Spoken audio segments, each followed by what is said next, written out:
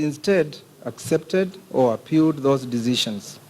The Senate, to its credit, organized a joint session with senior judiciary leadership in November 2014 to discuss sticking issues in the administration of justice and the intersection of legislative and judicial functions. That, honorable members, is how you build institutions and a democracy brick by brick. Mr. Speaker, sir, and honorable members, I know many of you here have been surprised by the openness and direct engagement that the judiciary has had with the Kenyan public as with other arms of government. When I hosted the security agencies to discuss issues of bail and bond and general adjudication of criminal trials within the context of terrorism, many expressed shock and alarm, fearing that we were securitizing justice. It was a sight never seen before in the history of this country. The men and women, I think there was the men and the woman, there was only one woman, the deputy IG, off and in uniform, meeting the men and women of wigs and robes in the hallowed grounds of the Supreme Court building, not to prosecute a case, but to discuss issues of state security and the role of justice sector in this process. We had a delightfully enlightened conversation bound by the fact that regardless of our institutional location in the Constitution, we all sought to uphold one Constitution, not those sections that create or apply to us. I hope that there will be no alarm that the Chief Justice is addressing the Senate. We are not about to judicialize the Senate or politicize the judiciary. The alarmists forgot that the Constitution says that judicial authority, as is executive and legislative authority, is derived from the people of Kenya, and it commands every organ of state to obey it and to exercise power in public interest.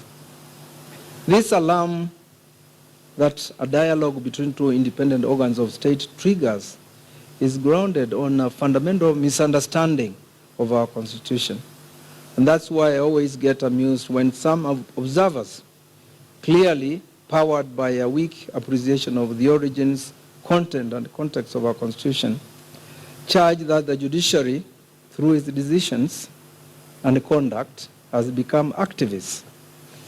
The Constitution 2010 is exactly activist by origin, design, text, and intent. It has almost eliminated or blurred the traditional activist-judicial restraint divide. And that's why it commands the courts in Article 159 to exercise judicial authority guided by the purpose and principles of this Constitution, principles which are in Article 10 and which include such progressive principles as human dignity, social justice, human rights, sustainable development, protection of the marginalized, integrity, and so on. I sometimes wonder what the conservative meaning of these principles is. I wonder too what possible conservative meaning one can assign to the constitutional commandment in Article 259 that the Constitution must be interpreted in a manner that advances the rule of law, human rights, and the fundamental freedoms while permitting the development of the law and while adhering to the delightful doctrine that the law is always speaking. Further, judicial authority is derived from the people. This means whether you choose common, civil, or religious law, whether you choose to don or doff foreign attire, or use exotic or vernacular accents, the primary source of judicial authority is the people themselves. And I wonder why some people think Kenyans are conservative people, despite evidence to the contrary. Conservative societies don't overwhelmingly vote for such a progressive constitution. It is only an activist or progressive society that could have recommended the total disbanding or vetting of the judiciary, not a conservative one. It's only an activist and progressive society that could have provided for an open, competitive recruitment of a Chief Justice in the full glare of the media. Conservative societies do not do that. It is also a progressive, not conservative society that frowns upon legislative supremacy in favor of constitutional supremacy, even while acknowledging the important role played in the representatives of the people in a democracy. If by conservatism they mean what I found in the judiciary, then I'm so glad I'm not conservative, even by unconscious accident. Let me illustrate by drawing a portrait of an institution I found. Many members here who are advocates remember that the current Supreme Court building used to stink, literally. Courts in many parts of the country were dilapidated, and the judicial officers were sitting in broken seats, and magistrates sometimes had to adjourn to go to the bathrooms in the nearest town centers. The judiciary did not even know how many cases were in the court system. 65% of the judiciary budget, which stood at a meager 3 billion, was taken up by about 53 judges. There was endemic institutional corruption. Litigants were treated rudely. High courts were confined to the railway line, marginalizing large swaths of the Kenyan society. There was a spirit and a culture of anti-intellectualism because judges argued that they could not be trained, and those who went for further studies on their own were punished. Some staff had served for over 20 to 25 years without attending a single training, none whatsoever. And yet we expected the first-rate service from our registries. Over 80% of our staff were Form 4 graduates, and we denied them training opportunities, paid them poorly, treated them with disdain, and still expected excellent services.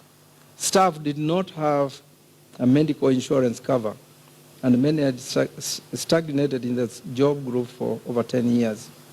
The salaries were pathetic, sapping away the confidence of the colleagues and completely disempowering them through a culture of fear, recrimination, using transfer of judges as punishment, not having basic management manuals in finance, human resources, gender, disability, being overrun and overseen by the executive, compromising judicial independence, and so on.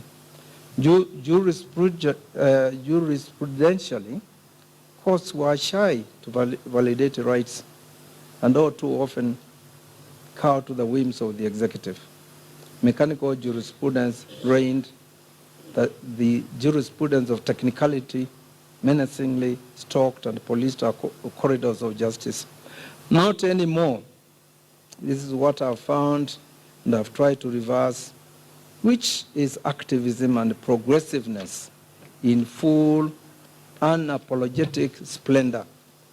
Those who frown upon an independent judiciary only do so, and this is very important because I'm talking to politicians here, those who frown upon an independent judiciary only do so until they get into trouble, at which point their language changes from profane condemnation to profuse celebrations of independence and strong judges.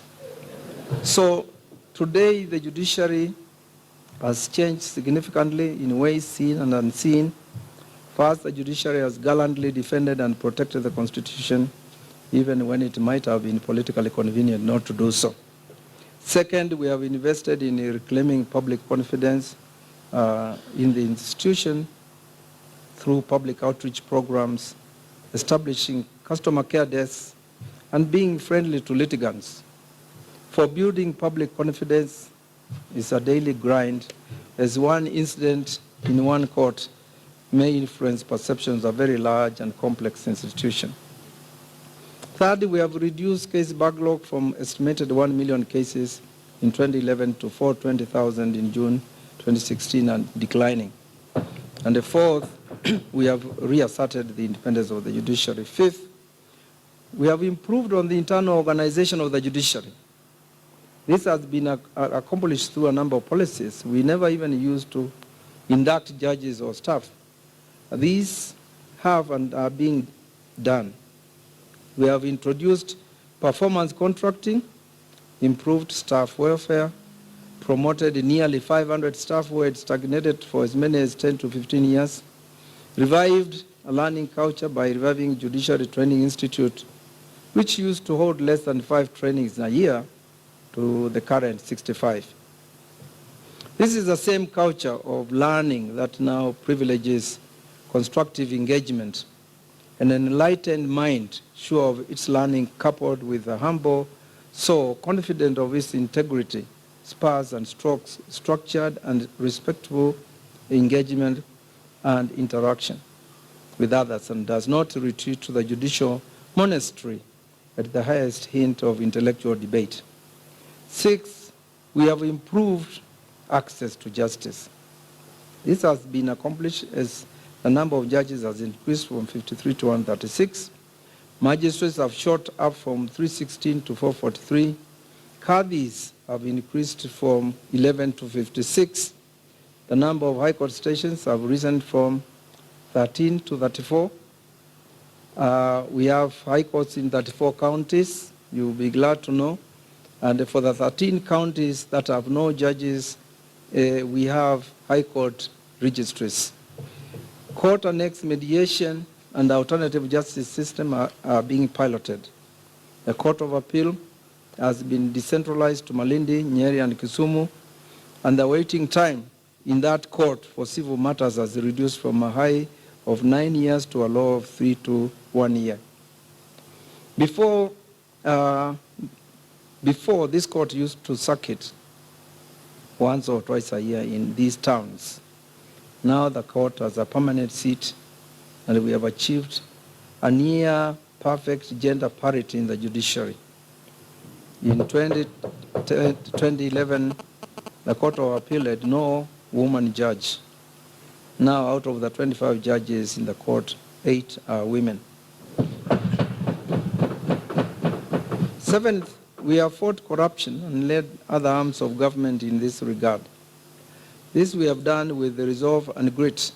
In doing so, we have been open and transparent, ignoring the peddled wisdom among government functionaries that the dirty linen about corruption should not be washed in public or swept under the rug so as to project the image of a clean institution.